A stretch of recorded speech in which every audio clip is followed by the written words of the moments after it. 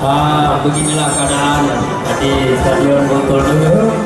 Yang mana di sini dinginnya serasa menyengat, musiknya agak lebih sedikit daripada di sana.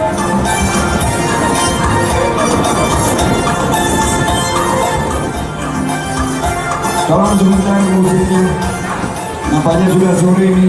Bintang BLJ dari Belia Baju Merah, Ijeta Raja Berbalik dari yang tengah Baju Putih, Nokia Satria Muda pemilik AKP Bernawian Agam Suprapto, mantan anggota Polres Kayu Luar, memakai baju merah.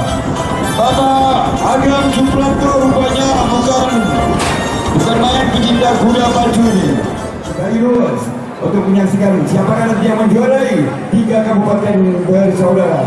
Gayo Serompur yang selalu setia terhadap adat istiadat Gayo.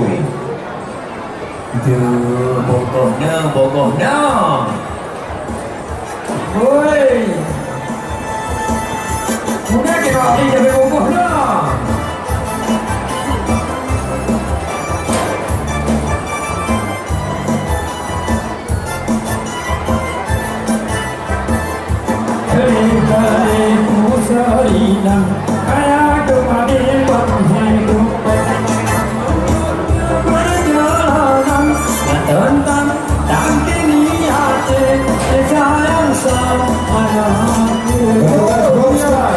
Petugas boxer silakan dipandu terus.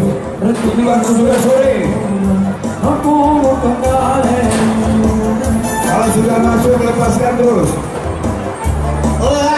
Di situ ada pagar, hei,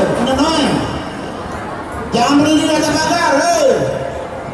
Oh ini sauna, tiga sesuai nih. Oh, ini dari mana tuh orang susu? Mana tentu kita punya ini.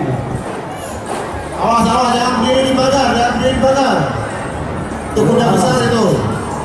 Baik ada ulang pagar ya. Ojo ngatir nang kono ya. No perlu sebenarnya. Oh, ini. No bisa orang bahaya. No bisa orang. Nomor mencapai. Ada kita budaya ini. Membaca nomor. Jelas Dikonek. La ilaha illallah. Muhammad Rasulullah. Dimohon kepada pemilik kuda jangan di dalam lane, geser sedikit ke pinggir. Tolong digeser sedikit ke pinggir biar kuda kita bebas untuk lari. Di Medan Arumnya Kudu Iya, semua yang sama. Ada